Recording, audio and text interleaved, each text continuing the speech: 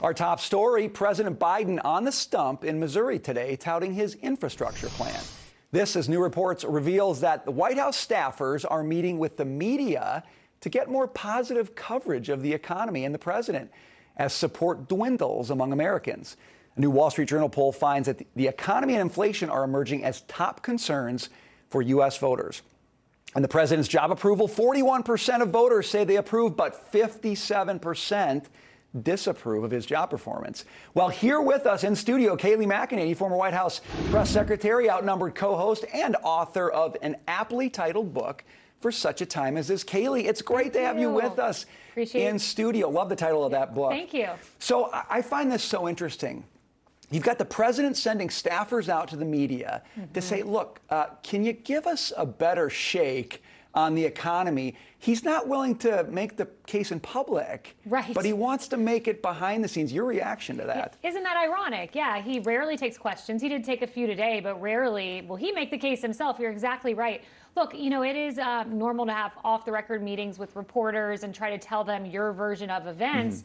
But this seems a little out of the usual because it seems like they're trying to convince a press that covered for them, like with the Hunter story. Hunter Biden, of course, that story never made it out during the campaign because reporters wouldn't cover it. They're expecting the Hunter treatment, but they're not getting the Hunter treatment. So they're trying to coerce reporters, it seems, that's how I interpreted it, to give different coverage. And alarmingly, the reception among these newsrooms has been, quote, productive. So we'll see if they change their tune.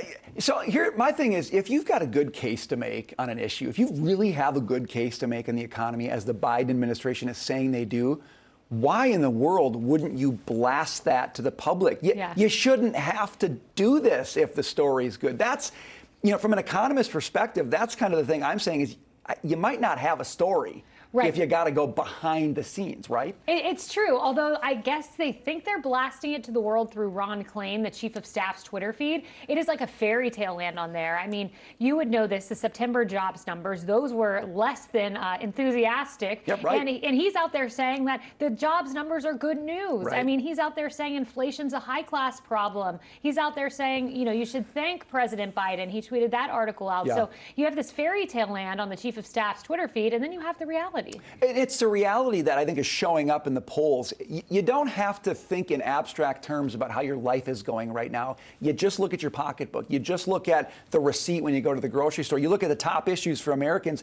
They're talking about the economy and they're talking about inflation. It is all about money in your pocket, money leaving your pocket. It's very hard to fight that kind of reality with messaging, isn't it? It is. It's a great point. I remember I was at CNN during the 2016 campaign, and I remember there was some article about wages going up under the Obama years, and I remember one Democratic commentator saying, look at this, if only we could get the news out there that wages are going up. Like, you shouldn't have to message that. The thing about the economy and inflation, people feel this in their everyday lives, and it's reflected in this polling that we've seen. So, one of the interesting parts of the poll is 63% of Americans saying the country is on the wrong track. So it's not just the economy. Of course, it's crime. I mean, we're dealing with that right here at our building. We have, you know, arsonists setting fire to a tree, building it back, thankfully bringing it back tomorrow, putting the lights back on and turning them on.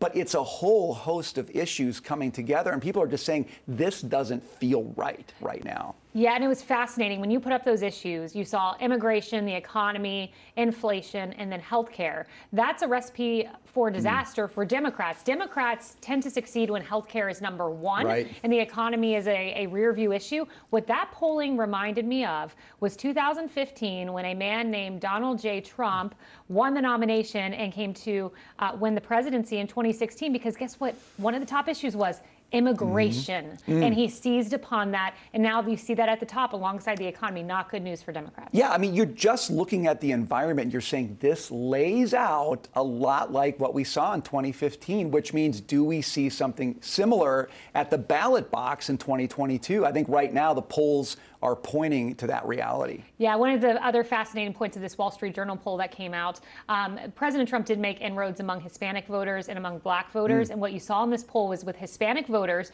Democrats won 60% of Hispanic voters last time around. It was dead even Republican Democrat. So when you see those kind of inroads being made around non-traditional Republican voting groups, if I'm Nancy Pelosi, I'm pretty worried about having to hand over that gavel. You are very worried about that. Kayleigh McEnany, the book is called For Such a Time as This. Buy it, read it. Thank you for joining us on set today. Thank you, Brian. We appreciate it.